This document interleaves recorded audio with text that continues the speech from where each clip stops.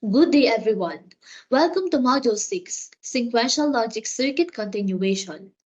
In this lecture, we explore the complex world of sequential circuits, continuing our study of the analysis and design aspects that make them essential in digital systems. In this lecture, we will explore the concepts that control the behavior of sequential circuits.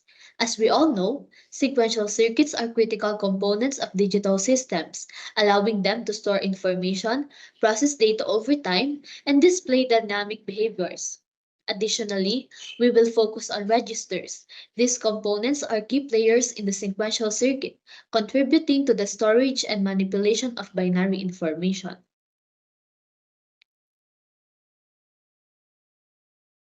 So for our discussion or lesson outline, the first one is sequential circuits and their role in digital systems. Number 2, sequential circuits versus combinational circuits. Number 3, concept of registers. Number 4, different types of registers. Number 5, operations performed on registers. Number 6, timing considerations and clock signals. Number 7, designing and implementing registers. Number 8, registers with specific functionalities. And number 9, applications of registers. So fasten your seatbelts as we take a ride through the intricacies of sequential circuit analysis and design and the fascinating realm of registers. Let's unlock the potential of these components and understand how they contribute to the foundation of digital systems. Without further ado, let's delve into Module 6 and discover the inner workings of sequential circuits. Ngayon, alamin naman natin kung ano nga ba ang isang sequential circuit. A sequential circuit is a system that processes information while considering both the current inputs and its memory. So sa isang sequential circuit daw, dalawa yung kinoconsider natin para malaman natin kung ano yung present output. Ito yung present input at pangalawa yung past outputs. So yung memory elements ang tumutulong dun sa sequential circuit para makarating ng information, enabling the circuit to exhibit behavior that depends not only on immediate inputs, but also on the past outputs, making it useful for various applications that require memory and sequential processing.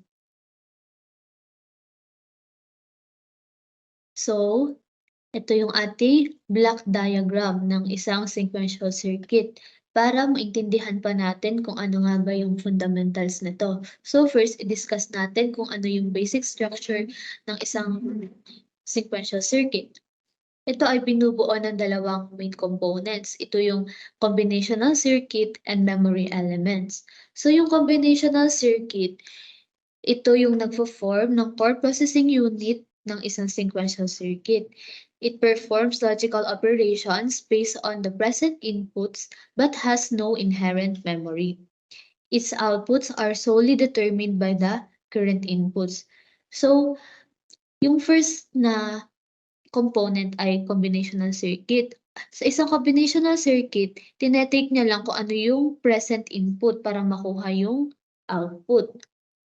Pero 'di ba sinabi nga natin kanina na sa isang sequential circuit dalawa yung kino-consider natin para makuha yung output. Ito, sinabi dito, sa sequential circuit dalawa yung kino-consider. Una ay yung present input as well as past outputs. Pero dito sa ating combinational circuit, present input lang yung kino-consider niya. So para ma-consider yung past inputs, meron tayo ditong memory elements. So yung memory elements such as flip-flops or registers are connected to the combinational circuit to create a feedback path. So ito yon. Itong memory elements nakakonekta siya dito sa ating combinational circuit at ayan yung feedback path na sinasabi. This feedback loop allows the outputs of the combinational circuit to be fed back into the memory elements, creating a dynamic relationship between the current and future inputs. So overall, may ability ang isang sequential circuit na mag-retain at gamitin yung mga information over time. These are the devices within the circuit capable of storing binary information. Binary information stored in these elements defines the state of the sequential circuit at any given time. So, yun. Ngayon, i-discuss naman natin kung ano yung input and output relationship na makikita natin dito sa block diagram. So, the sequential circuit receives binary information from external inputs. Ito yon. Ito yon, yung external inputs. The present state of the storage elements combined with external inputs determine the binary values of the output. This means that the outputs are not solely dependent on current inputs, but also on the existing internal state. So dito naman sa memory elements, dito nai-store yung mga past outputs para ngayon, para dito sa kabuuan ng isang sequential circuit, dalawa na yung kino-consider na input, which is yung present input at yung past outputs na nai-store dito sa memory element. So ito yung block diagram ng ating sequential circuit.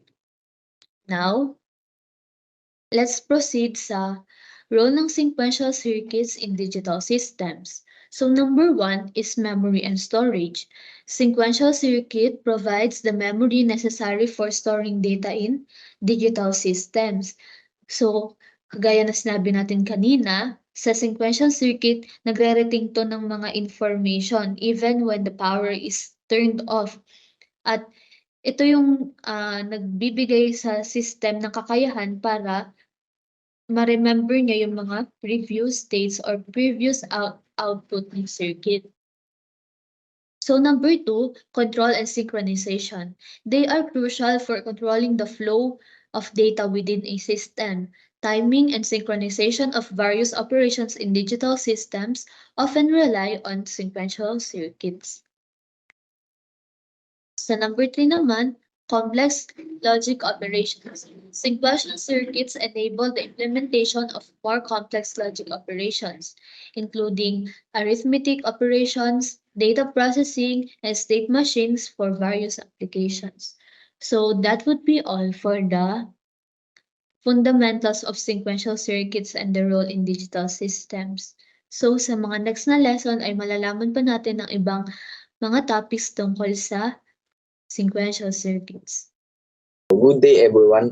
I'm na Sir LERIT Jr. and I'm the next reporter. So yung re-report ko po sa inyo is yung combinational versus sequential circuits. In the fields of digital electronics, sequential and combinational circuits are the most commonly utilized. They are divided into two types of circuits. Let us discuss the distinction between combinational and sequential circuits. One of these two circuits is highly time dependent, whereas the other is completely independent. The combinational circuit is independent of time. Its output is not dependent on any of its preceding inputs. Sequential circuits naman, on the other hand, are those that rely on clock cycles. They generate output totally by relying on both previous and present inputs. So, ito po makikita po natin sa slides yung what is combinational circuits. So, the output of combinational circuits depends entirely on the present output. So, ayun nga po, yung combinational circuit is independent of time. So, second one is it exhibits a faster speed. It is comparatively easier to design than sequential circuits.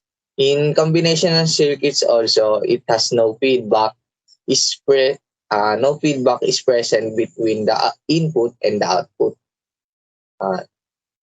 Next is the combinational circuit depends on time. So, ayun nga po. Next is logic gates form the building blocks of such circuits. So, ayun nga po. In combinational circuits rin po, they do not possess any memory element. Also, users can feasibly use as well as handle them. Example of combinational circuits are the multiplexers, decoders, encoders, and etc. So next one is the sequential circuits. Sequential circuits, the output of the sequential circuits depends on both past as well as present inputs. So yun nga po, kabaligtaran naman po siya nung combinational. It works at a comparatively slower speed. The design of this circuit is comparatively much tougher than the combinational circuit. A feedback path exists between the output and the input. The circuit is time dependent. Time dependent po yung sequential circuit. Also, flip-flops constitute the building blocks of such a circuit. People mainly use them for storing data and information. They possess the capability of storing any data state, or retaining an earlier states at any given point. Also, a user may not be able to handle and use these circuits easily. So, example po ng sequential circuits are counters, flip-flops, and etc. So, dumako na po tayo sa differences between combinational and sequential circuits. So, yung combinational and sequential circuits ay may pinagkaiba sa iba't ibang parameter. Una, meaning and definition. In combinational circuits, it is a type of circuit that generates an output by relying on the input it receives at that instant, and it stays independent of time. So, ayun nga po, independent sa time yung combinational circuit. Sequential circuit, it is a type of circuit in which the output does not only rely on the current input, it also relies on the previous ones. So, yun na po yung pinagkaiba po nila sa meaning and definition. Next naman po is feedback. Sa feedback naman po, yung combinational circuit requires no feedback for generating the next output. It is because its output has no dependency on the time instant. So, yun nga po. Kaya po, walang feedback yung combinational circuit kasi nga po, no dependency on the time yung circuit na yun. Next is sequential circuit. The output of sequential circuit, on the other hand, relies on both the previous feedback and the current input. So, the output generated from the previous input gets transferred in the form of feedback. The circuit uses it for generating the next output. So, ayun yung pinagkaiba po nila sa parameter na feedback. Next naman po, sa performance po naman ng dalawa, combinational circuit, we require the input of only the current state of a combinational circuit. Thus, it performs much faster and better in comparison with the sequential circuit. So, yun nga po, mas mabilis po talaga yung performance ng combinational circuit kesa sa sequential circuit. In sequential circuit naman po, in the case of circuit na yun, the performance is very slow and also comparatively lower. Its dependency on the previous inputs makes the process much more complex. So, mas lower po yung sequential circuit kesa sa combinational circuit in terms of performance. Next namang parameter po is complexity. Combinational circuit, it is very less complex in comparison. It is because it basically lacks implementation of feedback. So, ayun nga po, dahil nga po sa kanina, sa no feedback po yung combinational circuit, kaya po, less complex in comparison po to kaysa sa sequential circuit. Sa sequential circuit naman po, this type of circuit is always more complex in its nature and functionality. It is because it implements the feedback, depends on previous inputs, and also on clock. So, mas complex naman po yung sequential circuits sa combinational circuits kasi nga po, nag-i-implement po ito ng feedback. So, next naman parameter is elementary blocks. In combinational circuits, logic gates form the building or the elementary blocks of a combinational circuits. While in sequential circuits naman po, flip-flops form the building or the elementary blocks of a sequential circuit. So, sa sequential circuits po, flip-flops po yung nagpo-form ng elementary blocks, while in combinational circuits naman po is yung logic gates. The last parameter is operation. In combinational circuits, one can use this type of circuits for both Boolean as well as arithmetic operation. While in sequential circuits naman po, you can mainly make use of these types of circuits for storing data. So, ayun po yung pinagkaiba po nila in terms ng parameter ng operation. Good day everyone, I'm Patrick from Good Day Engineer ARAGO. And I'm here to present to you about the concepts of registers. So first, let's talk about our registers. Yeah. Concept of registers. Registers in digital systems are a sequential circuit that uses flip-flops for data storage and transfer. Synchronized by a clock signal, these components temporarily store and facilitate data transfer within circuits. Often organized into banks, registers support parallel processing, enhancing digital system efficiency. Their state transition is crucial, and designs may include features like shift registers for serial data movement. In summary, registers are vital in storing and manipulating data within CPUs and digital components, ensuring controlled transfer and memory retention. And so, registers.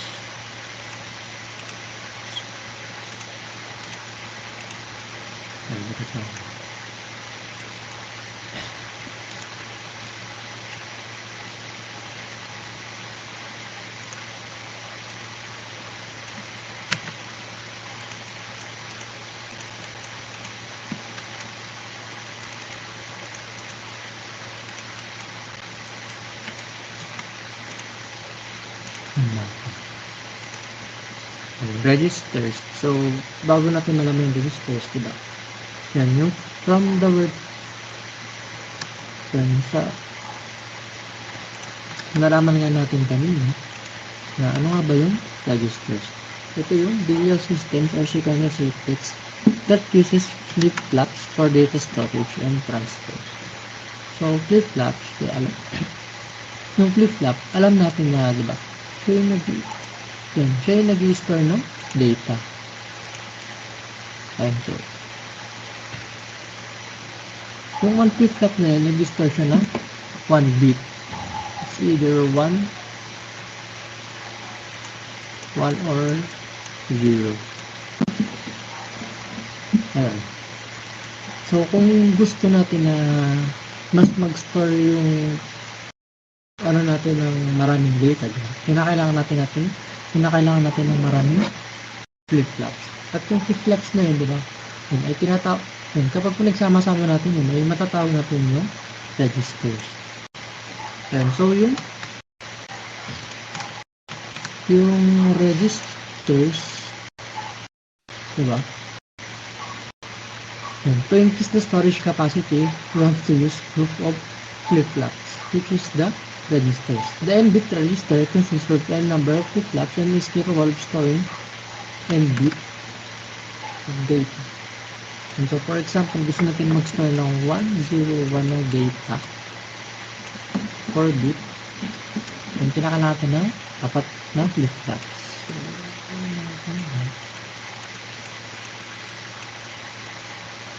Data, makabot natin ng sheet.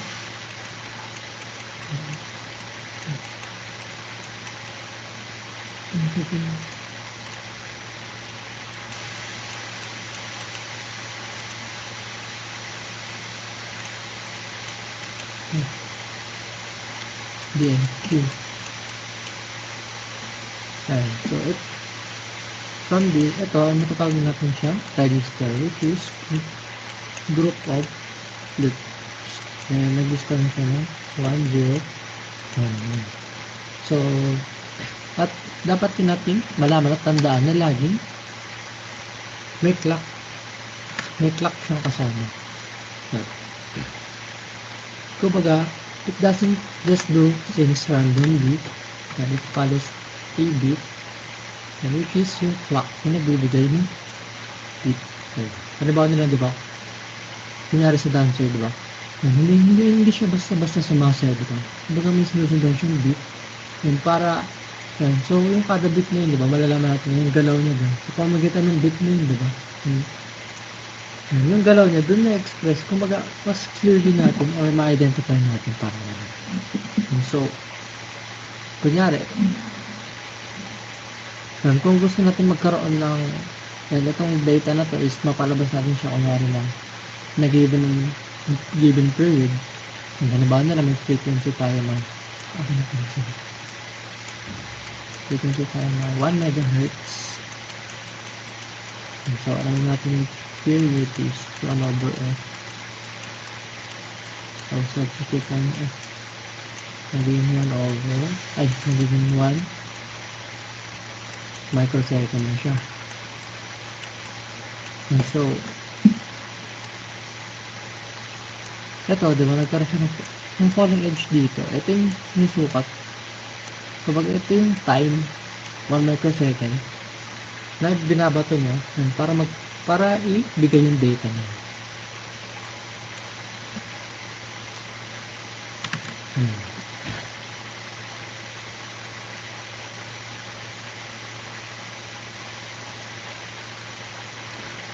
At yung registers na yun, diba? It can either store the information or pass along what it already has.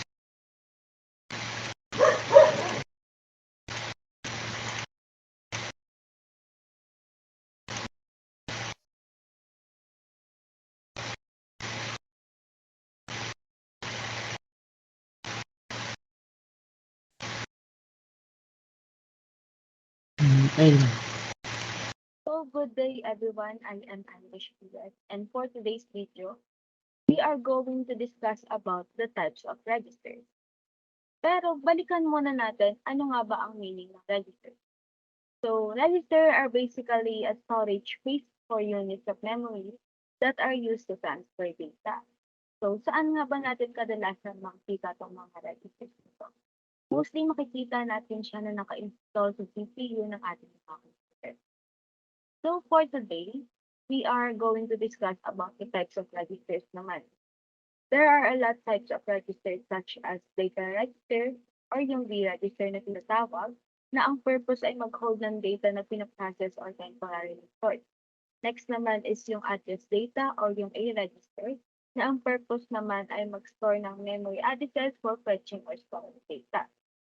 But for this lecture, we are going to focus about the shift register and parallel load register. So, ano nga ba ang shift register? So, shift register is a digital memory circuit made of flip-flops and latches, found in devices such as calculators, computers, and data processing systems. Also, this is a register capable of shifting the binary information held in each cell to its neighboring cell in a selected direction. Ano yung nga ba yung selected direction na yun? It is either left or right only.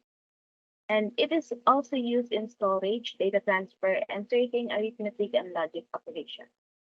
So shift register has a 4 operations. So here they are. Number 1 is the serial in, serial out, or SISO. Number 2 is the serial in, parallel out, SISO. Number 3, parallel in, serial out, SISO. And number 4 is the parallel in, parallel out, or SIPO. So what is the serial in, serial out? The serial in, serial out shift register accepts data serially, 1 bit at a time on a single line. it produces the stored information on its output also in serial form. So let's see how serial in, serial out works. Let's have an example. So let's assume na meron tayong data na 111 na in serial form. Meron data na 1111. So, ang magiging output lang din niya is 1111 because the serial in, serial out, data comes in one input and going out in one output only. So, serial in, magpasok tayo ng input na naka-serial. Serial means isa lang. And serial out.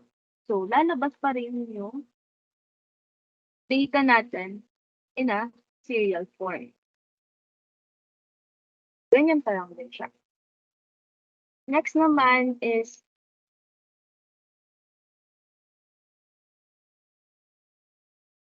the serial in, parallel out, or SIPO. So this configuration allows conversion from serial to parallel format. Data bits are entered serially into a serial in, parallel out shift register in the same manner as in FISO registers. The difference is the way in which the data bits are taken out of the register in the parallel output register. The output of each stage is available. So, ganito naman po nag-work yung serial in, parallel out. Sabi, the serial in, parallel out, serial comes in one input. So, meron tayong one input na naka-serial form. For example, ito yung input natin. Ang magiging output naman niya ay pag ganito.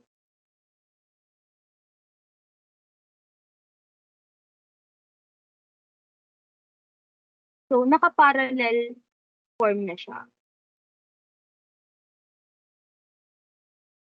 So, ito, naka-serial. Kaya tinawag siya na serial in. Ito naman is parallel out. So, from serial, naging parallel na siya.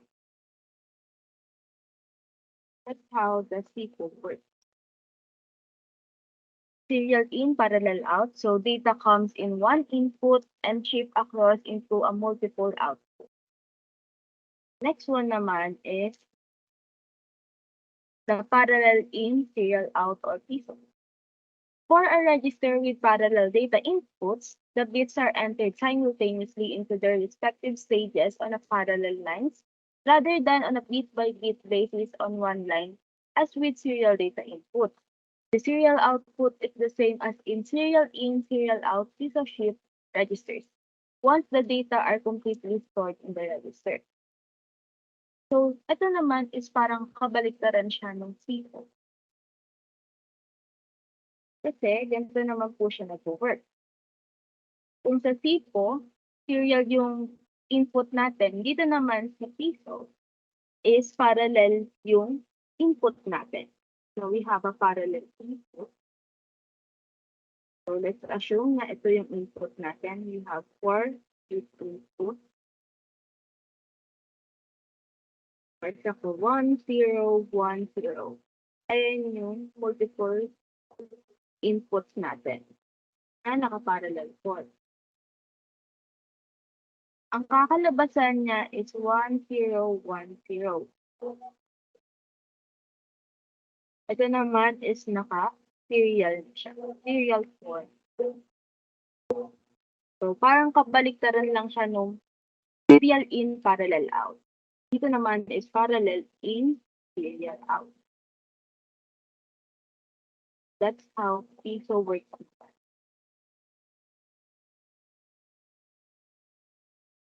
So, next naman tayo sa parallel in, parallel out, or yung FIFO.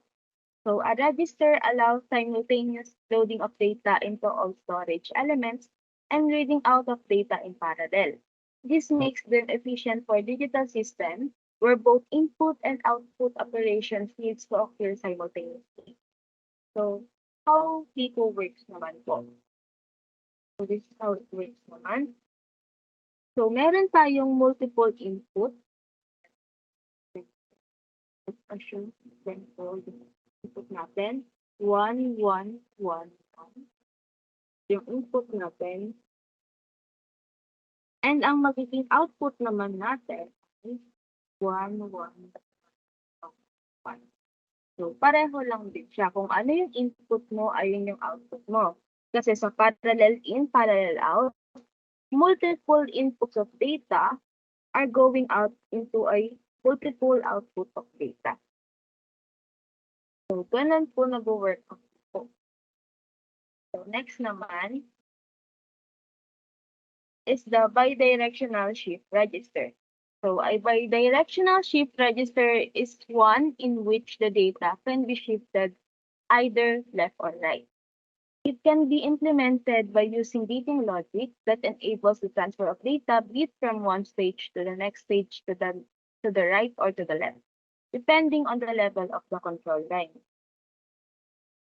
So this bidirectional shift register, it operates in the mode of serial in, parallel out, using either DSR or DSL. So let's have an example. Ganito naman siya mag-work. So the DSR and DSL, itong dalawang to, nag-work dyan is yung TIFO or yung serial in, parallel out. So let's have an example. So kung wari, let's assume na meron tayong 1 dito. So itong S0 and S1, ini-enable niya yung DSR natin and yung DSL. The S0, it enables the DSR. So for example, mag-input tayo ng data na 1, 1, 1, 1. So ganito naman yung magiging output niya. Magiging 1, 1, 1, 1. So napansin natin, nakaparallel na siya. Hindi na siya magkakasama. Kung ito ay naka-serial form, ito naman ay naka-parallel form, na-shift into right naman siya. So, pa-right yung direction niya. While, dito naman sa S1, kung wari, ayan naman is naging 1 or naging high, yung S1 naman, ini-enables niya yung DSL. So, for example naman, nag-input tayo ng data kay DSL 1010. For example, ayan yung in-input nating data. Ganito naman ang kakalabasan ng output niya. 1010. So, yung data naman natin is going to left. Pa-left naman yung data natin. So, ganyan nag-work kapag sa DSR and DSL na bidirectional shift register. Next naman is paano naman kung parehong 1 ang SO and S1 natin. Doon naman ma-activate ang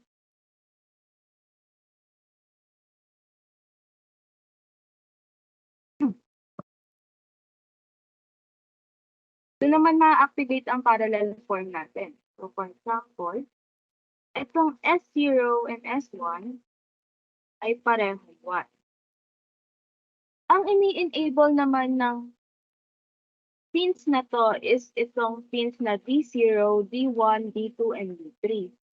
So, for example, ayan, pareho na silang 1, pareho silang high. Nag-input tayo dyan ng 1, 1, 1, 1. Lalabas naman yung in-input natin dito sa Q0, Q1, Q2, and Q3. In a parallel mode. So, dito naman, nag-work yung parallel in, parallel out, o yung people.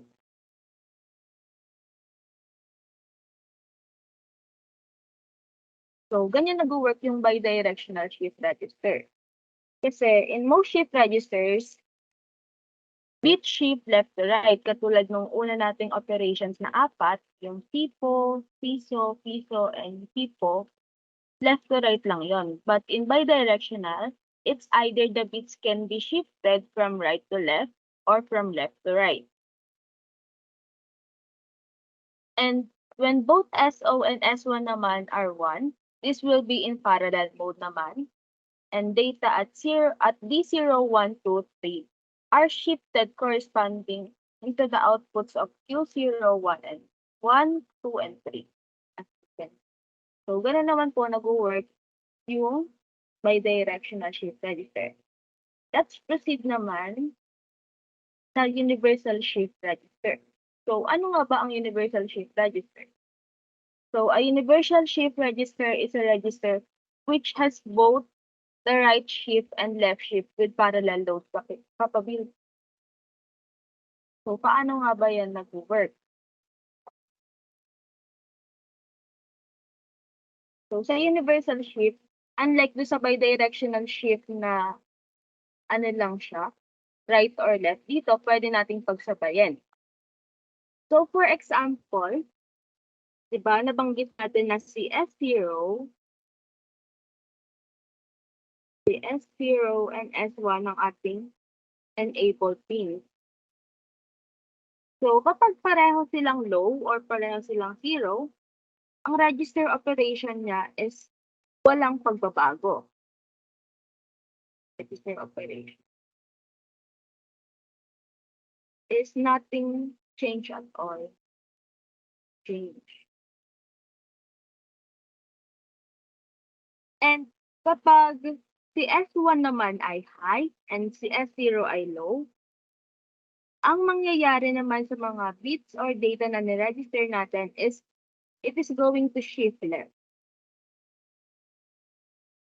While kapag naman si S0 ang naging high and si S1 naman ang low,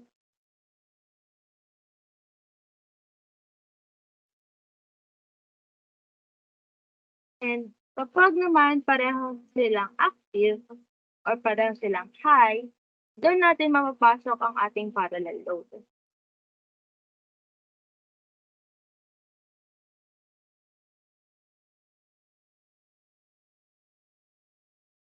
So, the universal shift register is capable of shifting left or right, serial in, serial out, and even parallel loading. It's a powerhouse in a digital toolbox. So, in conclusion, shift registers plays a pivotal role in the world of digital circuits. From the simplicity of basic shifting to the versatility of universal registers, these components enable efficient data handling in various applications. The reporting operations performed on registers. So here are some of the operations performed on registers, which are data transfer operations, arithmetic micro operations, logical operations, comparison operations, control flow operations. So here on data transfer operations, these operations move data between various sources and destinations. So from the word itself, data transfer. So primarily involving registers and memory. So data transfer operations yun nga, move data between registers, memory, and other components. So here are some of the instructions used on data transferring. Load. Ito yung nagta-transfer ng data, memory to processor, register. Yung store transfers data from processor registers to memory. So yung move transfers data from processor register to memory or processor to or memory to processor register or between processor register itself. So exchange, ito naman yung nag-swap ng information either between two register or between a register and a memory word. Yung input transfer data between processor register and the input terminal. Output transfers data between the processor register and the output terminal. Push and pop it transfers data between a processor register and memory stack. So next is arithmetic microoperations. Perform fundamental mathematical calculations on integer or floating point numbers stored in register, including addition, subtraction, multiplication, and division, and some calculations. So ito, dun pa lang sa thought na arithmetic, may malaman mo na yung parang magpe-perform siya ng mathematical calculation. So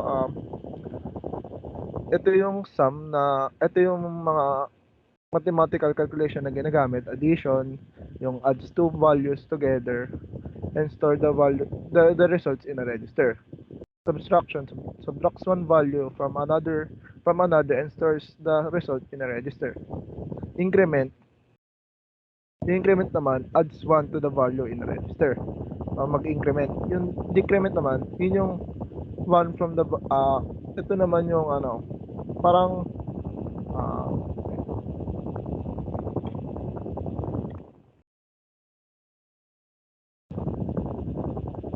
parang reduction naman siya.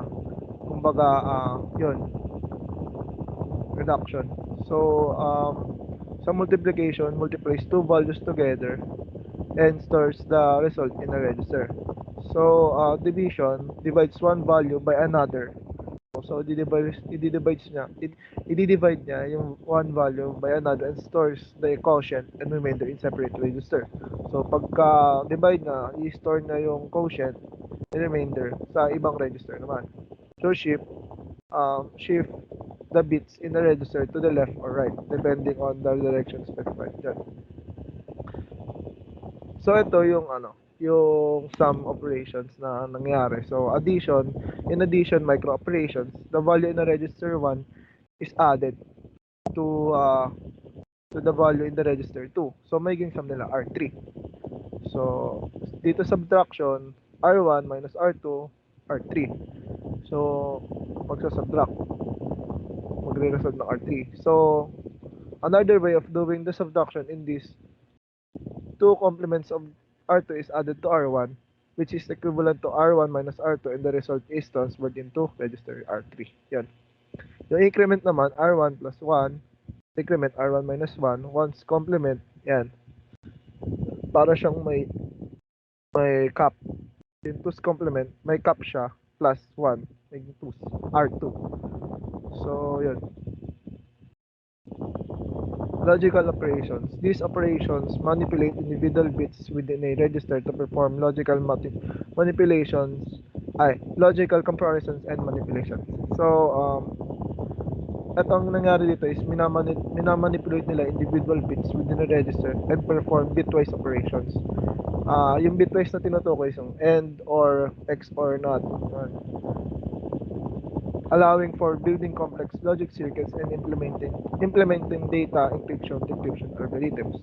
So, yun, yung AND or X or NOT, sila yung nag-store ng sila yung bitwise logical operations that stores the result in the destination operand.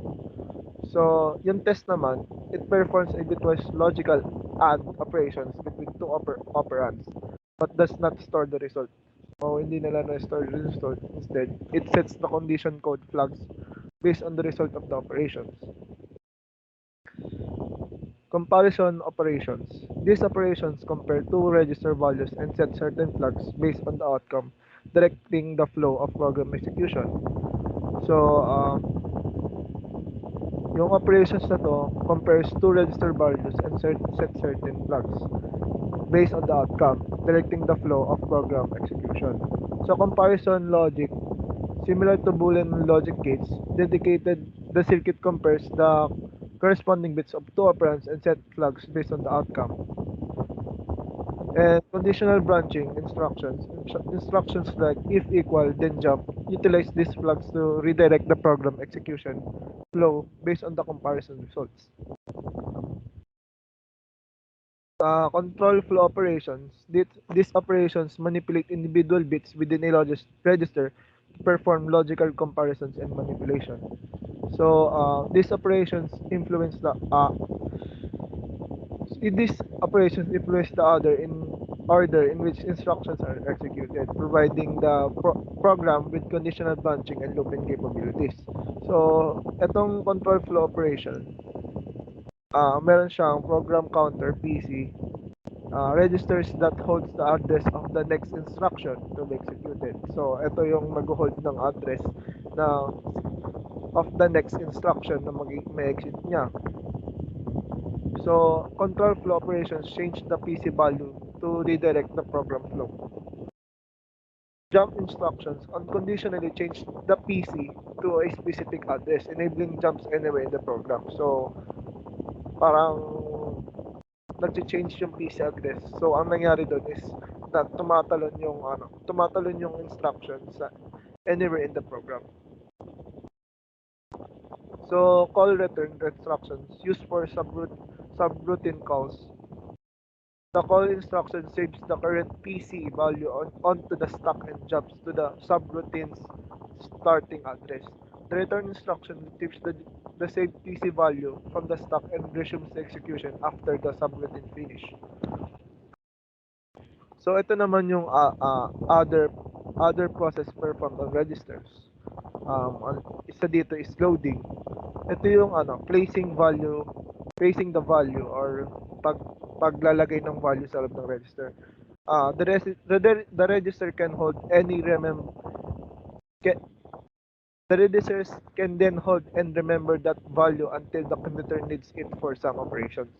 So the loading process may vary slightly depending on the register. So ang nangyari dito is ang process na is una magfe-fetch siya ng data or ang ginagawa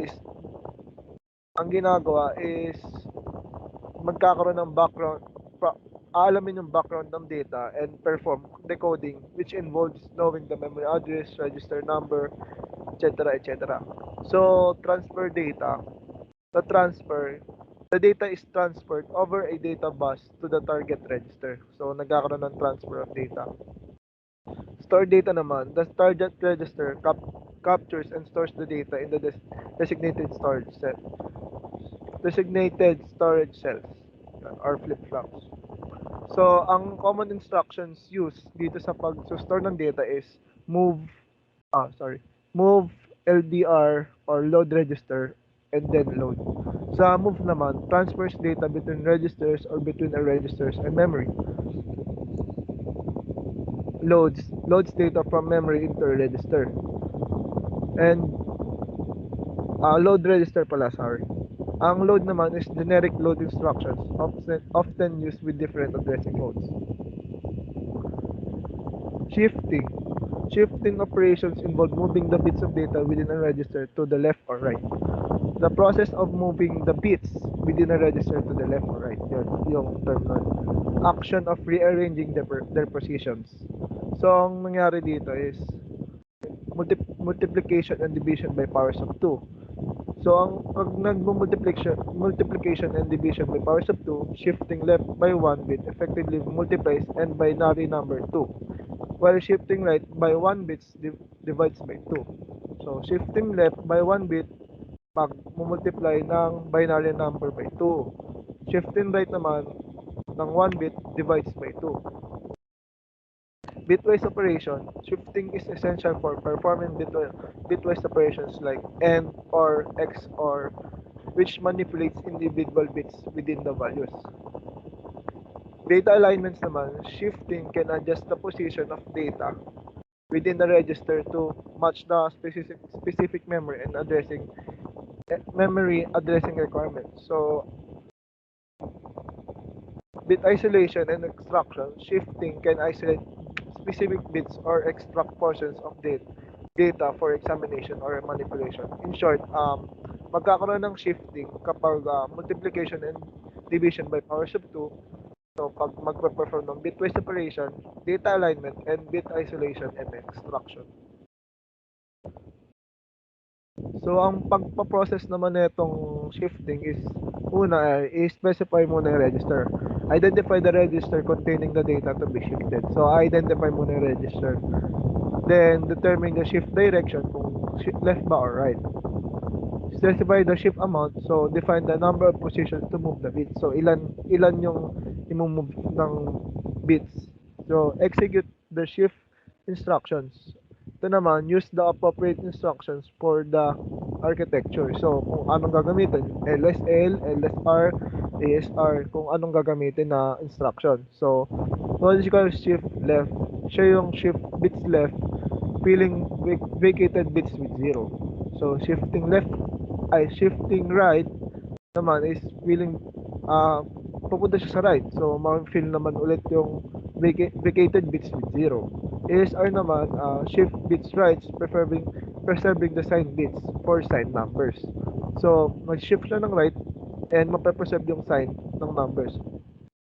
ROR naman, shift bits right, rotating them back into the register from the other end. So ROL naman, shift bits left, rotating them back into the register from the other end. Parallel data transfer. Parallel data transfer sends multiple bits. So multiple bits yung sinesend simultaneously for faster data handling with large data sets, contrasting with slower sequential serial transfer. So yun nga, yung parallel data transfer, nagta-transfer siya ng multiple of data between registers. Parallel data transfer offers significant speed advantages. Mas mabilis siya, lalo na sa malalaking data sets. It requires more hardware resources. So, yung common application na is data movement within processors, communication between processor and memory, high-speed data interfaces. Yun, yung application na. Tapos, yung process naman na is source and destination. Determine niya muna yung source and destination. Then, data bus alignment ensures the register data bus ensures na yung register's data bus nag-align ng tama sa parallel transfer.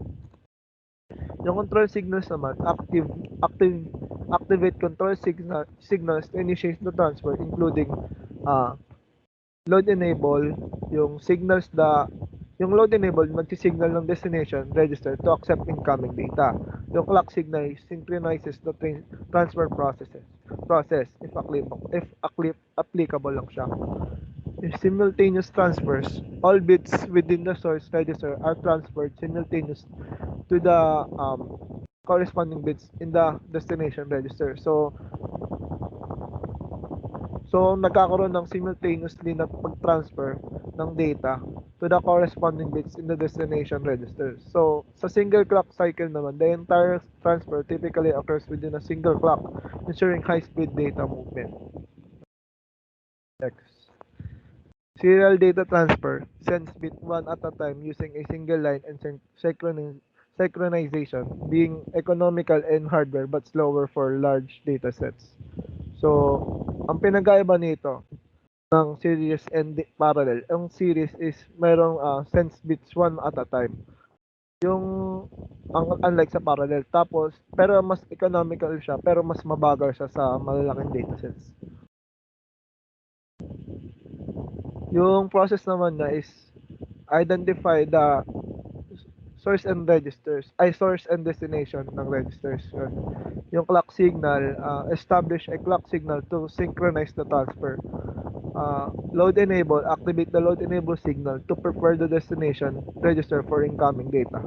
Sequential bit transfer, ito yung yung una, the first bit from the source register is placed on the data line. Then the clock pulse shift the bit into the destination register. Sunod naman, this process repeats, so maulit lang siya ng maulit for each subsequential bit until all bits are transferred. So that's it for the operations performed on registers. So, good day, Engineer Arago. My name is Ivan James Gabriel R. YRAY, and I'm here to discuss about the timing considerations and clock signals for register operations. So, without further ado, let's start.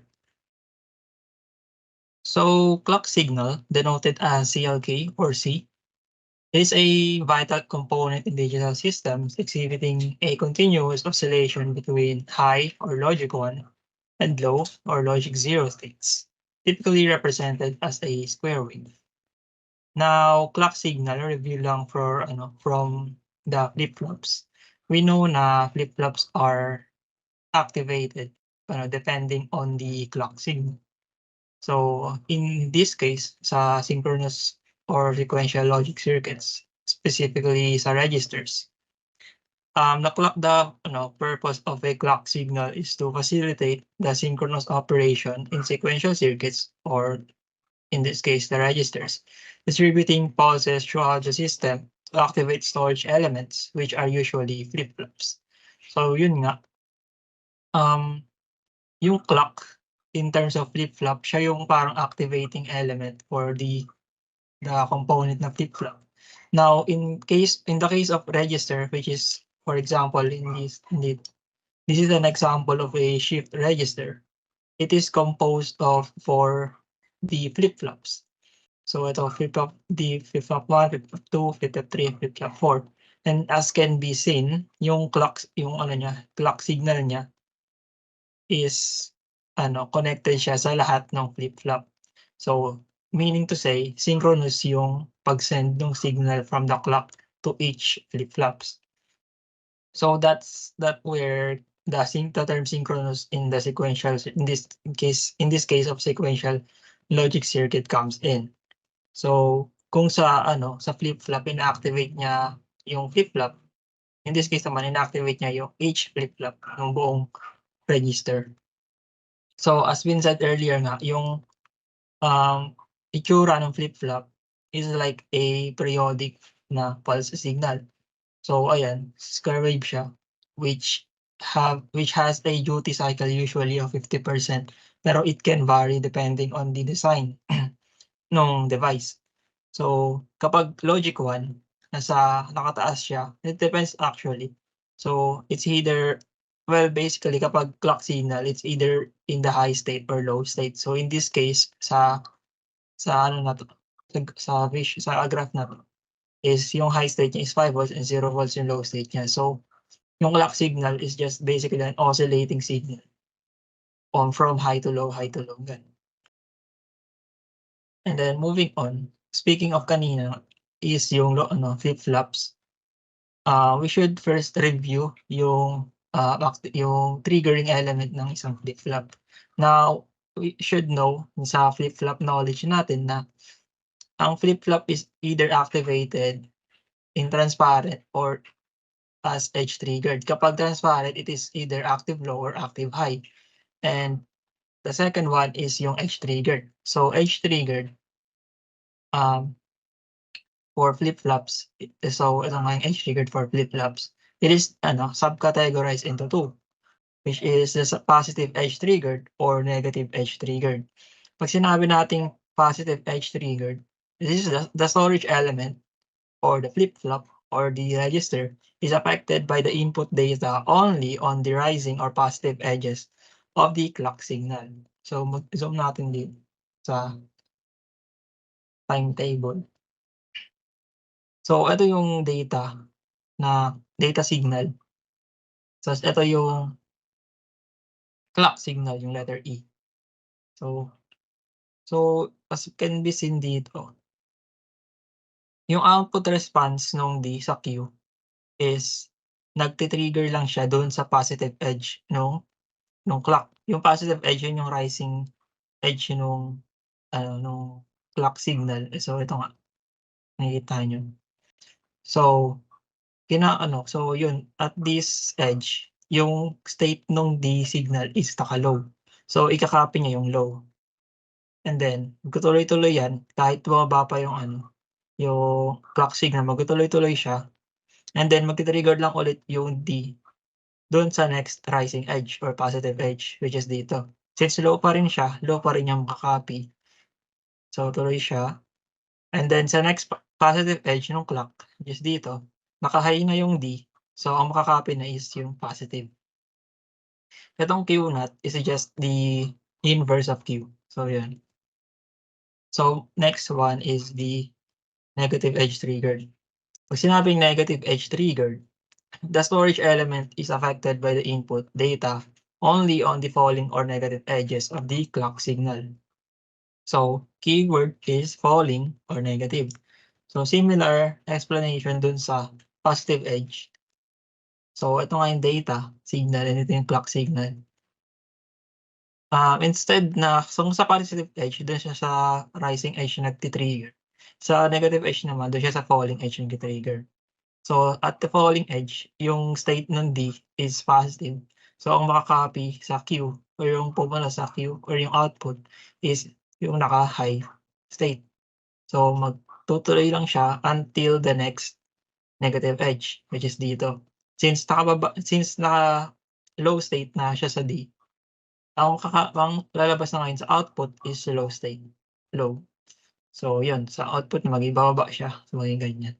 Q naught is just also the inverse of Q. So, yun. Now we know the relationship of the clock and the data signal for flip-flops. Now, kapag register, composed siya ng multiple flip-flops. So, nagma-matter dun yung time na pagdating ng clock signal dun sa each flip-flops. So, that is why we are now studying the time considerations for flip-flops. So, time consideration for registers. So, bakit nga ba natin yun inaral? Since nga multiple flip-flops yun na yung ginagamit sa isang register, merong delays na nangyayari yung travel time ng signal from the clock to each flip-flops. So, yun yung i-consider natin ngayon. So, what are the timing considerations na meron sa isang flip-flop or sa isang register as a whole? So, yung first is yung setup time. Setup time is the minimum time during which the input data must be maintained at a constant value prior to the occurrence of the clock transition. So, pag sinabing setup time, as can be seen dito sa diagram sa kanan, dapat daw, yung D signal mo or yung input signal is already at a steady state. Kung gusto mo siyang mataas, naka-high siya, dapat naka-steady state na siya even before the positive edge ng clock. So that, malalesen yung error na dadating din sa Q. Kasi, mataas, steady high na dapat siya bago pa mag-trigger yung clock. So that is the setup time. Setup, meaning to say dapat naka-setup na yung D before the clock. Now, on the other hand, yung hold time, this is the minimum time during which the input data must be maintained at a constant value after the application of the positive transition of the clock signal. So, that is the amount of, the time. Dapat na steady state yung input D data while the clock signal is at a steady high state as well. So, dapat yun yung i-ensure na pumapasok talaga yung D signal natin at hindi siya, there's less chance of error. Kasi kung kunwari, masyadong mabagal yung setup time mo or mas wala yung yung masyadong matagal yung setup time, mas masyadong mabagal yung setup time. For example, mas advanced yung clock signal mo bago yung input data.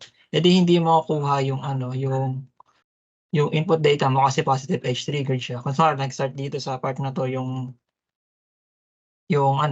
data mo, hindi makukuha kapag nagtumaas yung clock, hindi makukuha yung input data. So, hindi siya mababasa dun siya na output.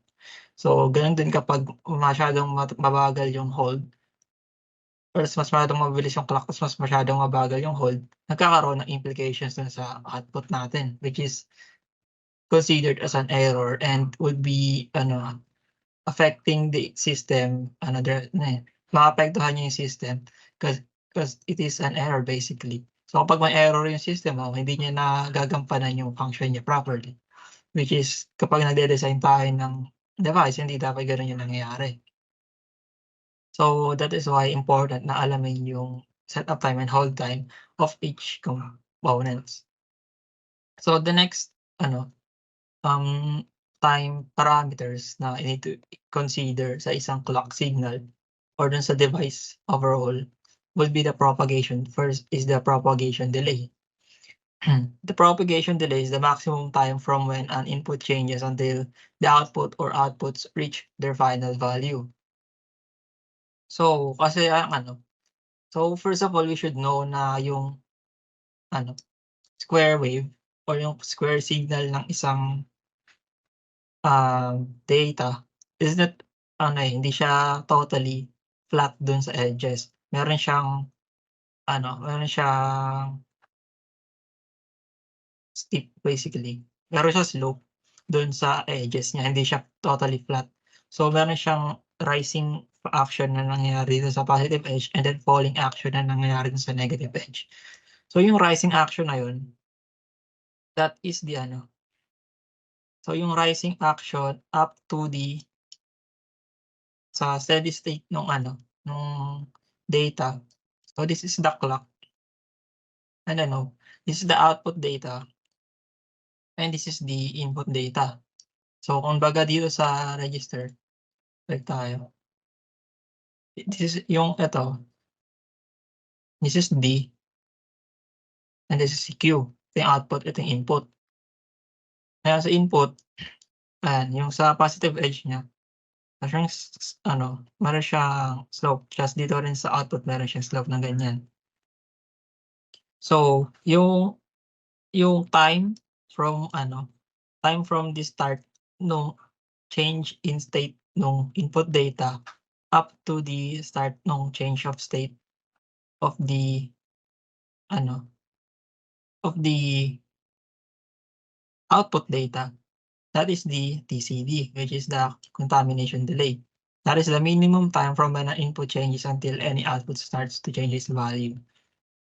So that is from the change in state of the input data up to the change in state of the output data.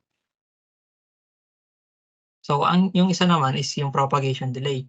That is the change in state from the final the steady state of the input data up to the final output steady state of the output data. So ayan, so ito yung steady state na siya. Tapos na siya mag-transition, steady state na yung input data. Tapos na rin mag-transition yung output data. So ito yung steady state niya. So that is the propagation delay. So yung propagation delay, nangyayari yan from kasi balik tayo dito sa flip-flop. Yung propagation delay, for example, ng flip-flop na to, is yung starting from here. So pumasok ka dito yung clock signal.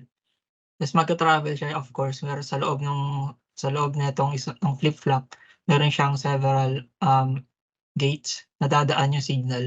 So yung time traveled nung signal na yun dumaan dun sa each gates and wires or something. Yung time na na-consume niya, that is considered papunta dito sa output Q, that is the propagation delay. So yung contamination delay is from clock up to the start nung change nung sa output. So usually, hindi naman kino-consider yung contamination delay.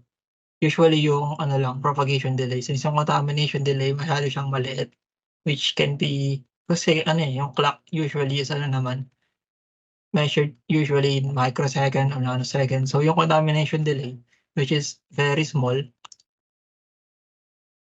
very small, hindi na siya masyadong kino-consider usually. Pero for the sake of, para alam lang natin, ayan, i-mention natin siya. So, itong mga timing considerations na yun, yung setup time, hold time, contamination delay, propagation delay, lahat ng components dun sa register or sa flip-flop, meron talaga sila, built-in talaga sila. So, sa kapag titingin ka sa data sheet, sa data component sheet, is makikita mo yung timing requirements. For example, ito, yung register na SN54HC595, meron siyang timing requirements na sa data sheet niya, which is yung clock frequency, pulse duration, setup time, tsaka yung hold time.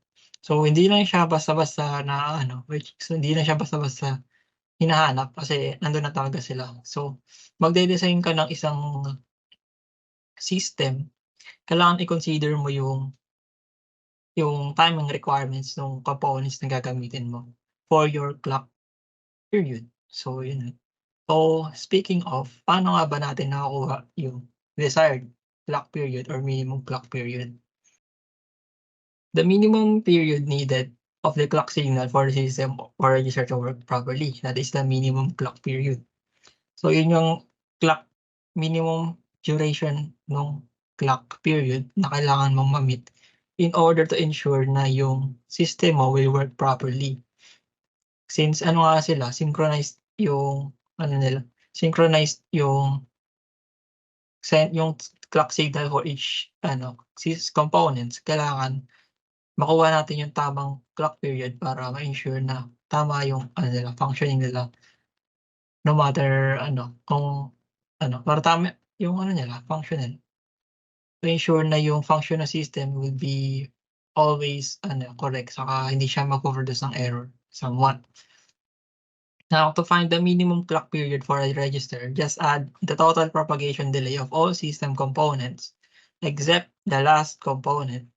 So, on the critical path or longest path, and the setup time of the last component. So, pag sinabing critical path or longest path, yun yung path doon sa system which is yun yung pinakamahabang path doon sa system basically. Doon yung may pinakamatagal na duration or time duration for the input signal na makarating doon sa output signal. So, yun nga. So, pag sinabing Tmin or minimum clock period should be greater than or equal to the setup time plus the propagation delay from clock to the output. So, ito naman yung maximum clock frequency. So, kung mayroong clock period, dapat syempre meron din tayong clock frequency since frequency is just the reciprocal of period. So, for the maximum frequency is just the 1 over a minimum clock period. So, this is an example. So, di ba sabi kanina? So, ito, find the minimum clock period of the following sequential circuit. So, this is a sequential circuit.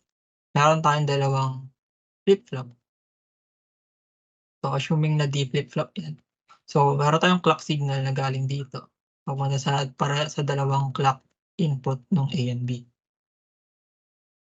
Now, sabi kanina, para makuha yung minimum clock period, isasum lang natin yung total propagation delay from the input clock signal from here up to the output ng last component. Input ng last component which is B. So kukuhain natin yung duration from duration ng signal, travel duration ng signal from clock up to input B. So pag ganito, okay, ganon. So para makuha yung total period, yung total propagation delay, since ito, nakalagay sa TCLK Q of A, that is 10 microseconds. So ito, 10 microseconds. And then, i-add natin this is the logic propagation delay kasi since may logic circuit o logic component tayo dito, which is yung inverter, meron siyang 5 microseconds na propagation delay. So, i-add natin siya dun sa TCLQK, propagation delay from clock to QA, and that would be 15 microseconds. So, that's the propagation delay ng system. So, next is the wait lang. Mention ko rin yung longest, diba dito tayo that is considered the longest path. So, ano naman yung shortest path? Yung shortest path is ito, from clock to B. Kasi kinukuha lang natin yung time duration from clock to the last component. So, kapag shortest path, ito yung titingnan nyo. Clock to clock B. Kapag longest path naman is pag clock to input data B. So, since we're only concerned by the longest path for the minimum clock period, lang din kukuha natin. So, next is the setup time for the last component.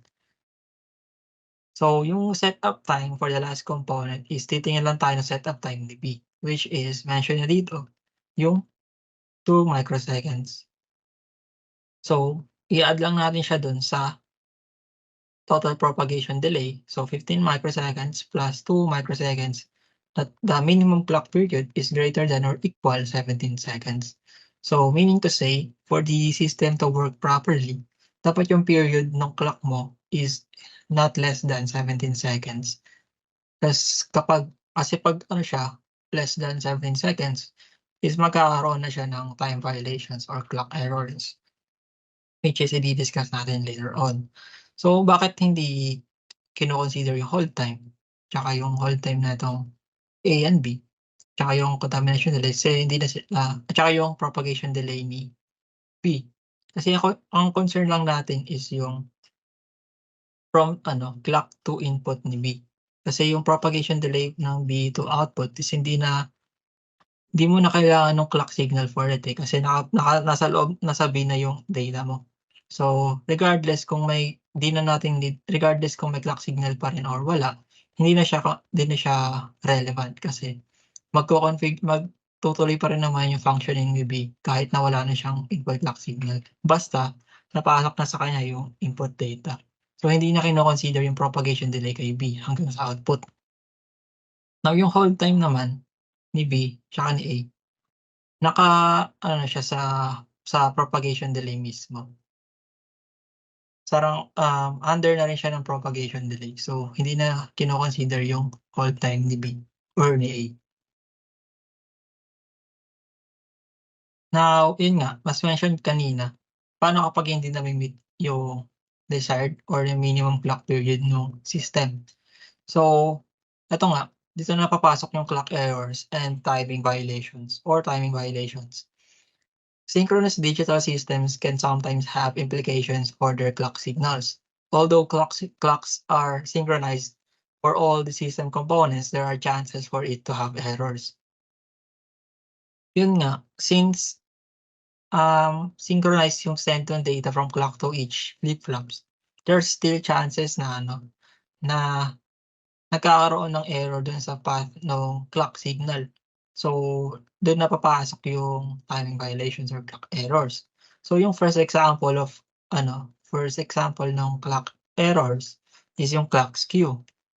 This occurs when the same source clock signal arrives at different components at different times. So, ibig sabihin lang nito is hindi sabay yung pag-arrive ng clock signal dun sa different components. For example, advanced masyado yung clock signal mag-arrive dun sa first component kaysa dun sa second component. That might result into errors dun sa output ng system. So, kung hindi siya consistent, which supposedly dapat consistent siya, magkakaroon siya ng errors dun sa system. Tapos yung next example for clock errors or timing violations is yung clock jitter. Clock jitter occurs when external interruptions such as noise, voltage variations, etc. causes the natural periodicity and frequency of the clock to be disrupted. So, clock jitter, kung yung clock skew is nagkakaroon siya ng errors dun sa loob ng dun sa mismong circuitry ng system.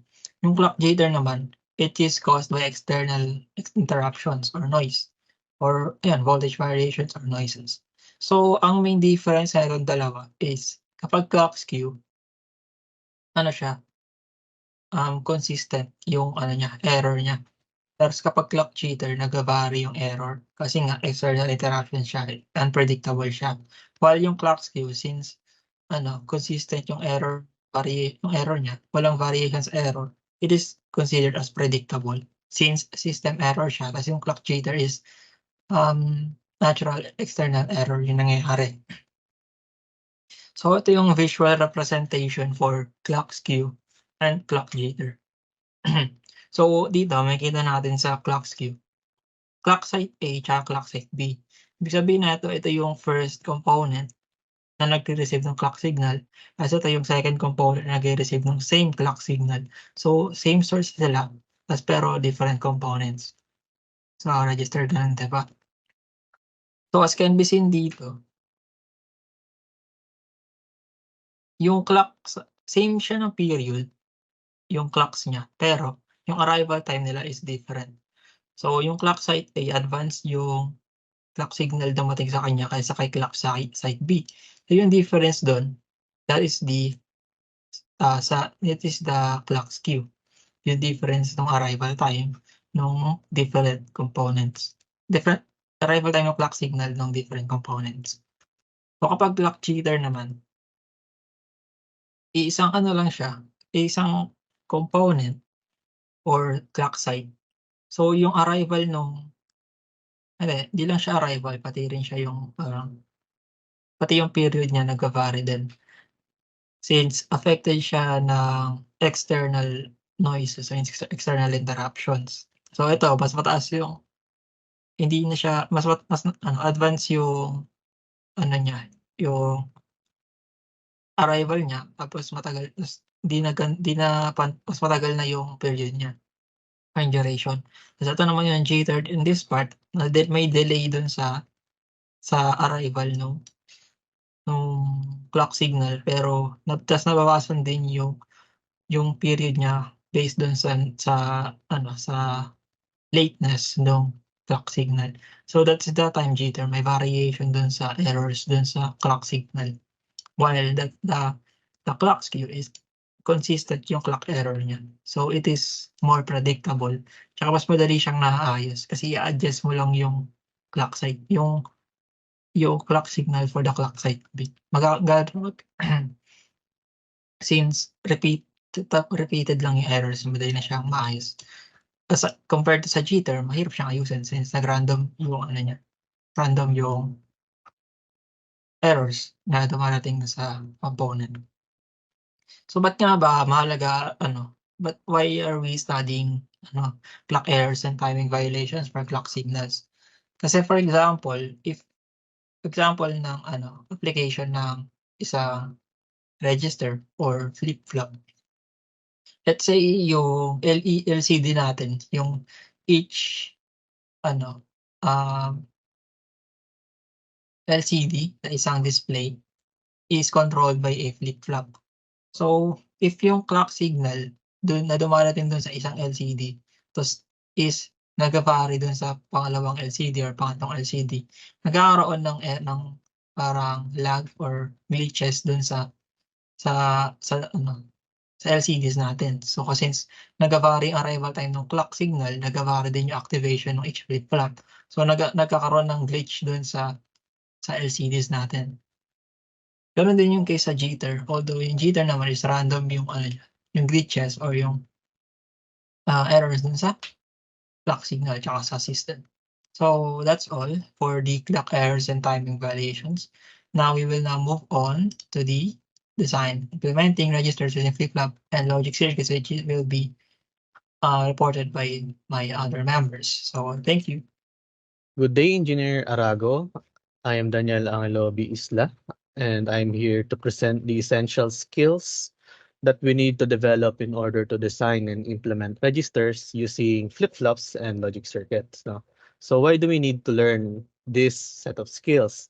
Kasi in most cases, hindi nami-meet ng mga store-bought components yung mga specifications ng projects natin. So in this case, we will implement the needed registers using flip-flops and logic circuits. So without further ado, we will dive into it. So the first skill that we need to develop is our understanding of sequential logic circuits and registers. No? So sequential logic circuits have inherent memory built in, which means they take into account their previous input state as well as those that are actually present. No? In this part, kailangan natin ng malalim na pagkakaintindi sa kung ano nga ba yung functionalities ng sequential logic circuits, lalong-lalo na yung registers kasi yun yung nais nating i-design, di ba? We have an example here which is a 4-bit shift register. So we can see na registers are set of flip-flops that used to store bits of information. So as we can see in our example, a 4-bit shift register composed of 4 flip-flops na naka-configure in such a way na magkakaroon ka ng isang serial input and isang serial output. So what does this mean? This means na kapag magde-design ka na, most of the time, yung functionalities ng flip-flop yung iintindihin mo, not the registers itself, no? So next skill naman is the knowledge of flip-flops. Diba? Kasi since ang registers natin is composed of a group of flip-flops, kailangan knowledgeable din tayo sa mga flip-flops na yan. So meron tayong mga different types of flip-flops which are T flip-flops, JK flip-flops, and D flip-flops, each with its own characteristics and uses. So ang una nating itatakal is the D-type flip-flops or most commonly known as the delay type flip-flops. At itong mga flip-flops na to, matatakal na siya ng mga previous group, so we don't need to expound this here further. Pero sabihin ko na lang siguro yung mga brief uses niya. So itong D-type flip-flops, commonly siya ginagamit sa mga computer memory since maganda yung capability niya to store binary data. Tinawag siya na delay type flip-flop kasi kahit nabaguhin mo yung data mo, hindi magbabago yung output mo, not unless magkaroon ka ng clock pulse, no? So yun yung D-type flip-flop natin. Next is the JK flip-flops. Itong JK flip-flop, yung JK na yan, abbreviation yan for the creator or manufacturer na itong flip-flop na to, which is Jack Kilby. So ano yung pinaka-function nito? Ang pinaka-function nito is na-eliminate niya yung mga uncertainties sa mga truth tables natin. So kung mapapansin mo, sa truth table ng JK flip-flop, makikita natin na wala na siyang illegal state, no? So para sa ating D-type flip-flop, mapapansin natin na magandyan lang siya. Whereas kapag sa JK flip-flops, mas kompleto yung kanyang truth table since wala kang illegal state. Okay? Next naman is the T-type flip-flop. Ang meaning ng T dyan is toggle. So this is a toggle flip-flop. Meaning, if magiging high yung T mo, T input mo, and nagkaroon ka ng clock pulse, magiging high yung output mo. Then, sa mga consecutive na clock pulses, maglo-load din yan, as we can see here, no? Kumbaga, habang naka-high yung T mo, kapag nagka-clock ka ng nagka-clock, magta-toggle on and off yung high and low yung outputs mo. Whereas kapag naka-low naman yung T mo, ano lang yan, hindi magbabago yung output mo, no changes. So next is, we need to derive and simplify flip-flop input and output equations, no? So here, this involves deriving the state diagram of the circuit from the word description and specification of the desired operation, assigning binary values to the states and obtaining the binary coded state table, choosing the type of flip-flop to be used, and deriving simplified flip-flop input and output equation. So ito, essential to, if our project requires a specific flip-flop or specific register functionality para mapagana yung project natin. Pero hindi na natin to i-expound further kasi madi-discuss na to sa group na magdi-discuss ng flip-flop. So let's just say na itong skill na to, which is deriving and simplifying flip-flop input and output equation, is essential in order to design a register effectively, no?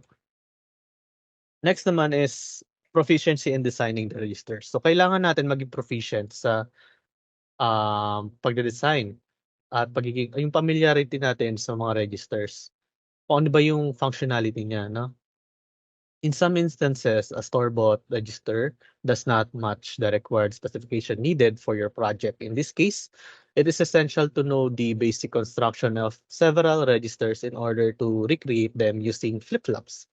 So dito, magpe-present ako ng dalawang type ng registers. So, at saka yung parang concept ng mga registers. Conceptual mechanism nila. Ayan. So, una muna is serial input and output register. So, bakit siya tinawag na serial input and output register?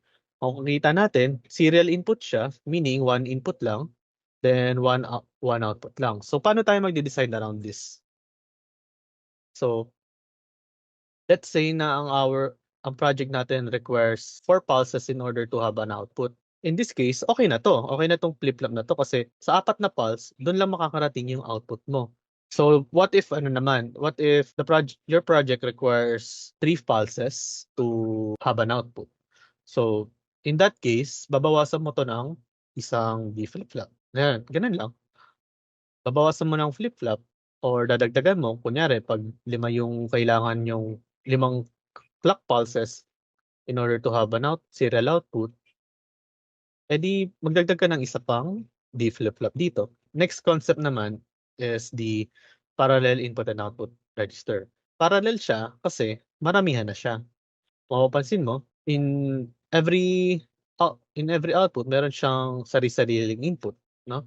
In this case, sa design na to, we make it so that meron tayong individual input, meron din tayong individual outputs. Pero minsan, may mga projects na nire-require na isa lang yung output mo, pero marami kang input. Yun yung tinatawag nating multiplexers, no? Pwede ring serial input, which is isa lang yun nandito sa input mo, then marami kang output. We can compare it to the multiplexer. So, ganun lang. Discuss ko rin muna. Gaya nung na-discuss ko earlier sa serial input and output registers, pwede mong madagdagan or mabawasan yung gagamiting flip-flops dito according sa gagamitin mong project, no? Kunyari sa project mo, nagre-require siya ng 5 outputs and 5 inputs. Meaning, magdadagdag ka pa dito ng isa pang configuration ng D flip-flop, no? Next naman is, what if gusto mo na yung registers mo ay magre-retain ng memory? Kasi yun yung yun yung purpose ng registers is to store binary data, di ba? Gaya dito, sa unang clock pulse mo, kunyari high to, may store yung binary bit mo sa Q1. Sa next pulse mo, lipat siya sa Q2. Sa next pulse mo, Q3. Then, sa port pulse mo, nasa SO na siya.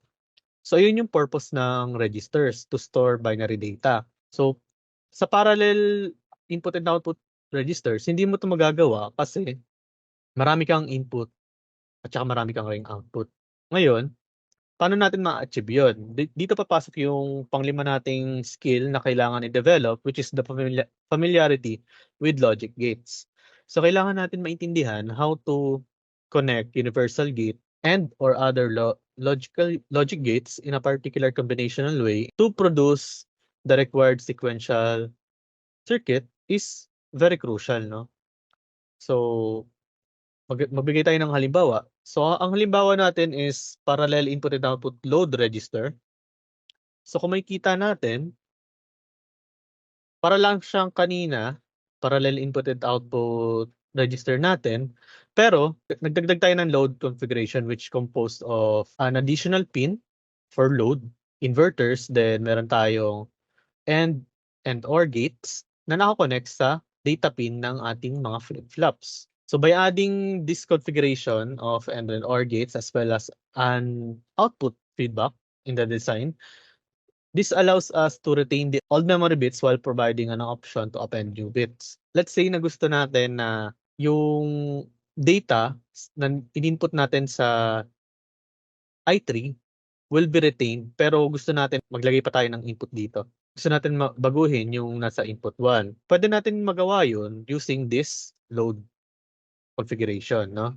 Kasi kung mapansin mo, yung feedback loop na to, hanggat hindi nagbabago yung I3, yung input 3 natin, magre-retain lang yan. Mare-retain lang yung bit information dito sa I3 kasi nag-loop back lang siya. At I3 lang yan. Hindi siya magbabago kahit ilang clock pulse pa. Whereas kapag nagbabago yung I1 natin, kada clock pulses, magbabago rin yung output. Ganun ka-crucial yung pagkakaroon natin ng understanding sa logic gates kasi it makes it so that kapag naglagay tayo ng mga configuration na ganito, nagkakaroon tayo ng additional features which is gaya niyan, na-allow tayo na mag-retain ng old memory bits na while providing an option to open new bits, no? So, yun lamang po for my part. I hope naintindihan niyo naman po yung aking na-report. Good day, everyone. My name is Christian Justin BASCOS, and I will be discussing building registers with specific functionalities. The important thing in building registers with specific functionalities is choosing the type of register. We need to select the type of register that suits the required functions. Syempre, ayaw naman natin gumamit ng register na hindi angkop sa desire natin. Syempre, magsasilent tayo ng resource dun eh. So we have different types of ICs that can be used for shift left, shift right, and parallel load capabilities. First is yung 74164 IC or the 8-bit serial in parallel out shift register. This IC has two serial input lines which you can see here.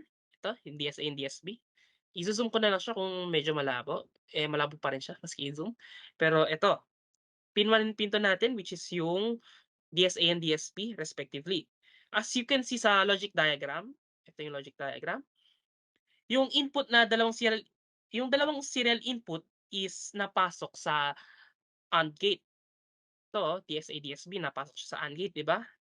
Therefore, either input can be used as an active high, enable, then yung first data bit na may enter will end up sa Q7 after 8 clock pulses. So, magsisimula siya sa Q0, then after 1 pulse, Q1, 1 pulse, Q2, 1 pulse, Q3, Q4, Q5, Q6, then Q7 after 8 pulses. Then, once na magka-input sa MR, which is yung master reset, ito yung pin 9 dito. Yan. Then, ito. Diba? Marireset yung 8 flip-flops when pulsed low. Next is yung 74165 IC or the 8-bit serial or parallel in serial out shift register. Referring dito sa image sa slide, which is yung logic symbol niya, makikita natin yung function ng IC. The pin or the parallel load is an active low clock enable used for starting or stopping the shift operation by enabling or disabling the clock. So yung pin 1 natin dito, ito si parallel load. Yung CPP naman or the clock input is positive edge triggered. So after each positive edge, the data bits are shifted one position to the right. So from D0 to D1 to D7. Then the serial output and its complement are available from the rightmost flip-flops outputs. So as you can see here, yung pin 9, pin 7 natin. Isa dapat yun complement pero mukhang mali ata yung naka-paste ko. Yan. Next is yung 74194 IC or yung 4-bit bidirectional universal shift register. Tinatawag siyang universal since wide range yung application niya, including serial or parallel input and output, shift left or right, hold, and asynchronous reset. Merong separate na serial inputs for shifting left or right, and yung operating mode is determined by the digital state of mode control inputs S0 and S1. So makikita dito sa table, itong table na to, kung makikita yung cursor ko. Yan. Makikita sa table kung ano yung need na mode control inputs to determine the operating mode. Since wide range nga itong IC na to, we can create a recirculating shift right register by connecting Q3 to DSR and applying a clock input with S1 equals 0 and S0 equal 1. Kung gusto mo naman ng recirculating shift left register, Q0 is then connected to DSL with clock input, thus S1 equal 1 and S0 equal 0 naman. So, inverse lang siya. Next is yung 7395 AIC or the 4-bit shift right register with 3 state inputs. So makikita natin dito sa Q0 and Q3 outputs, outputs are pre-stated. Ayan o, Q0 to Q3. And will not be allowed to pass unless a low is present at the OE or yung output enable pin natin, which is yung pin 9. Also, a non-pre-stated output Q3 prime or itong pin 11 is made available to enable the user to cascade with another register and shift data bits cascaded register where the regular outputs are enabled or not. So, kung gusto mo i-connect si 7395A sa ibang ICs, i-connect na siya gamit tong pin 11, which is yung yung pin 11. Yung other pins niya, such as yung P and MR functions the same as the previously discussed ICs. Next is, here are some examples where we create registers with specific functions. Now, first example is draw the circuit connections and timing waveforms for the serial to parallel conversion of the binary number 1101 0010 using a 74164 shift register. First is i-clear yung register by a low on inverted MR making Q0 to Q7 B0. So i-reset lang natin siya. Required naman si strobe clock so we can get only 8 clock pulses. Kasi pag ginawa natin siyang more than or less than, hindi itong binary number ang lalabas. Magkukulang siya. Yung serial data naman is entered at the most significant bit first. Here's from DSB. Then after 8 clock pulses, 8 data bits can be read at parallel pins, yung MSB at Q7 and LSB at Q0. Dito sa next slide naman, makikita yung waveforms wherein makikita na from Q0, here, from Q0, nag-shift yung binary waveform hanggang Q7 wherein most significant bit yung output. Ayun no, from una sa Q0, ang output is 0. Sa Q1, 1, Q2, 0, Q3, 0, Q4, 1, Q5, 0, Q6, 1, Q7, 1. Which is yung binary number na gusto natin palabasin. Basically, yun lang yun. Na kailangan natin yung strobe clock para saktong 8 siya. Since kapag hindi siya 8 pulses or sumobra, hindi ito yung output na lalabas. So next example is draw the circuit connection and timing waveforms for a recirculating shift right register.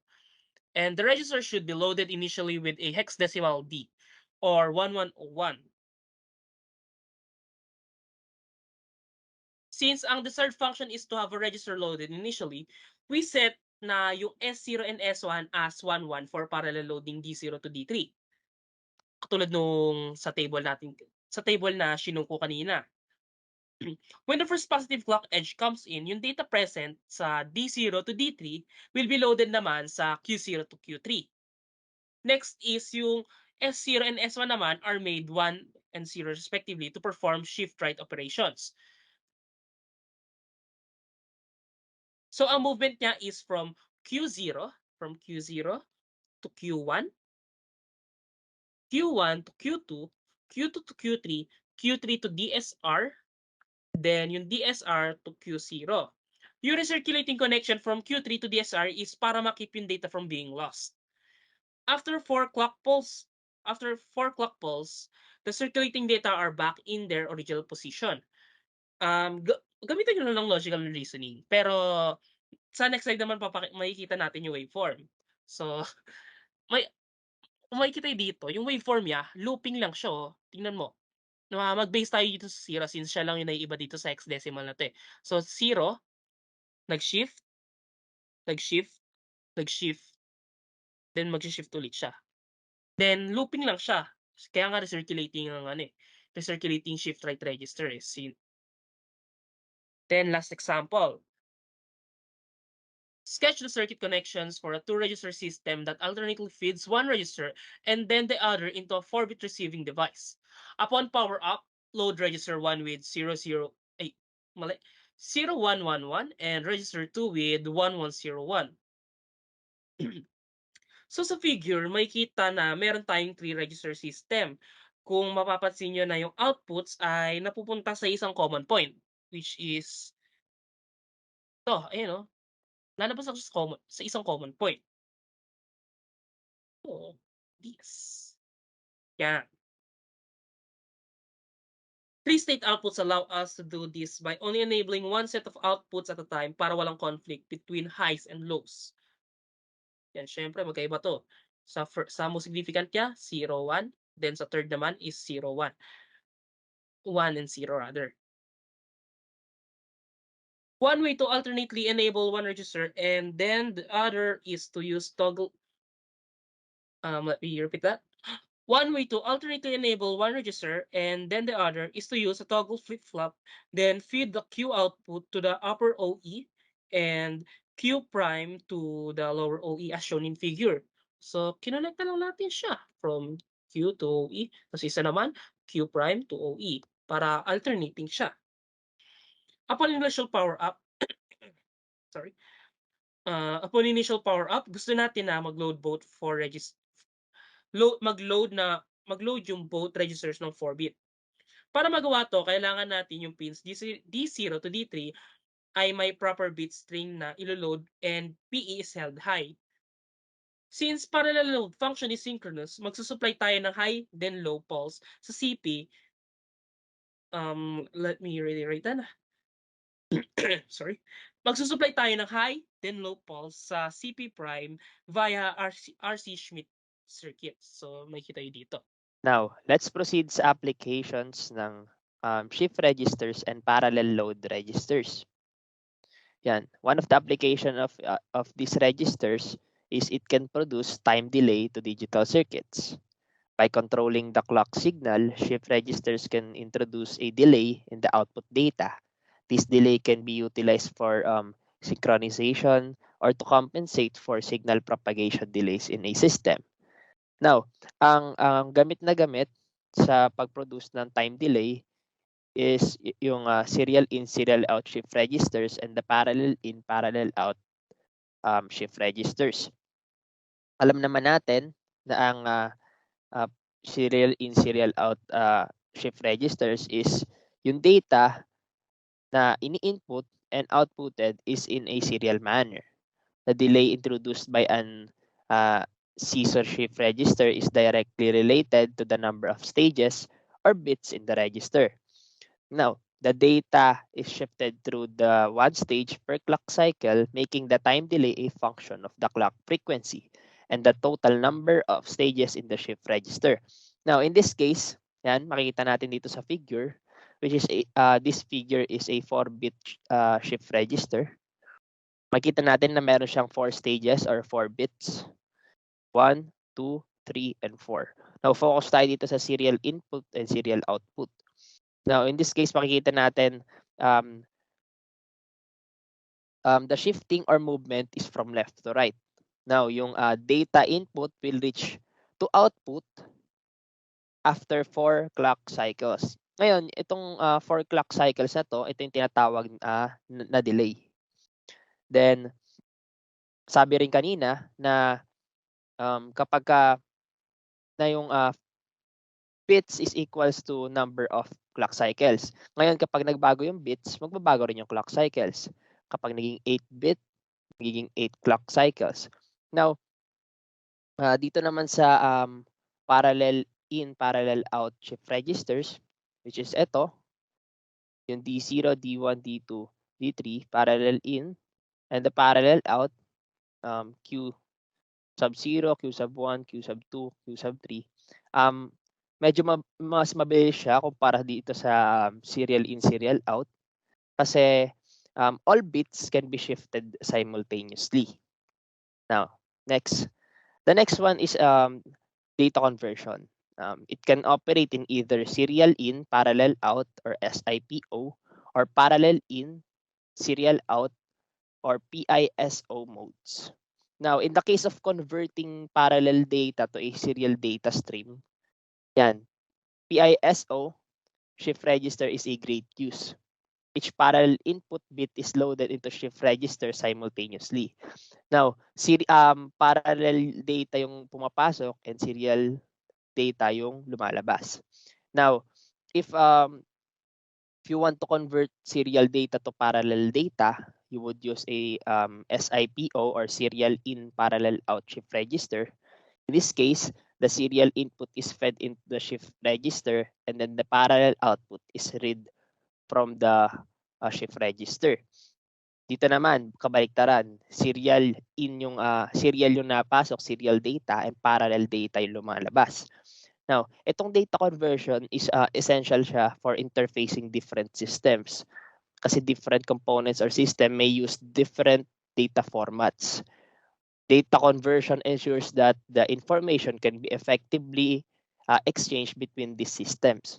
For example, let's say meron kang microcontroller and yung microcontroller na yun is gumagamit ng parallel data internally. But when communicating with external devices, a serial format could be more practical. So kailangan niya ng data conversion, 'di ba? Isa pa dito is yung liquid crystal display sa ating mga LCD, sa mga monitor. It uses shift register to convert parallel data to series data to make the segments of the LCD function properly. Now, next natin is the counters. By connecting multiple shift registers in series, you can create shift register counters. These counters can be used for various applications such as controlling the sequencing of events or generating specific patterns. Now, di ba may tinuro sa atin si Sir Nilo na ring counter and Johnson counter ng midterms? Now, dito pala pumapasok yun sa shift registers. Ring counter and Johnson counter are the common types of shift register counters. Now, himayin natin isa-isa. Umpisa tayo sa ring counter. A ring counter is basically a shift register counter in which the output of the first flip-flop is connected to the next flip-flop and so on. And the output of the last flip-flop is again fed back to the input of the first flip-flop. Makikita natin dito sa figure, it is a 4-bit ring counter, which means meron siyang 4 flip-flops. And sinabi ko kanina, yung yung output ng first flip-flop is connected to the input of the second flip-flop and so on and so forth. Then yung output ng last flip-flop, the fourth and last flip-flop, is connected siya sa input ng first flip-flop. Yan, makikita naman natin dito sa table, sa truth table. Let's say meron tayong data na 1000 at clock 0. By the way, ito palang mga flip-flop na to is clocked simultaneously. Yan, makikita natin yan dyan. Then, yan, balik tayo dito. Let's say meron tayong data na 1000 at clock 0. Ngayon, pagka as the clock goes by, itong output ng last flip-flop is mapupunta siya dun sa input ng first flip-flop. So makikita natin dito, naging 0 yung output ng first flip-flop kasi nalipat nga sa kanya yung output ng last flip-flop. Then yung output naman ng first flip-flop is mapupunta sa second flip-flop. Kaya naging 0, 1, then so on, 0, 1, 0, 0. Then at clock 2, yan, lilipat na naman yung output ng last flip-flop sa first flip-flop. So yan, naging 0, 0, 1, 0. Then at clock 3, ganun na naman ulit, nagiging 0, 0, 0, 1 naman. Now, next is, punta naman tayo sa Johnson counter. A Johnson counter is basically a shift register counter in which the output of the first flip-flop is connected to the next flip-flop and so on and so forth. And the inverted output of the last flip-flop is again fed back to the input of the first flip-flop. They are also known as twisted ring counter. Now, the main difference between the ring counter and the Johnson counter is that in ring counter, yan, we connect the output of the last flip-flop directly to the input of the first flip-flop. But in Johnson counter, we connect the inverted output of the last stage to the first stage input. Yan, makikita natin dito, meron tayong 4-bit Johnson counter with 4 flip-flops. Yan. QA, QB, QC, and QD. Yan. Makita naman natin kanina sa ring counter na yung output ng last flip-flop is connected sa input ng first flip-flop. But dito sa Johnson counter, yung output, yung inverted output is connected sa first flip-flop. Diba? Ito, makita natin dito. Let's say meron tayong input na 0, 0, 0. 0 yung sa first flip-flop, 0 din yung sa second flip-flop, third flip-flop is 0, and the last is 0 din. Then, at clock 0, ganyan yung output nila.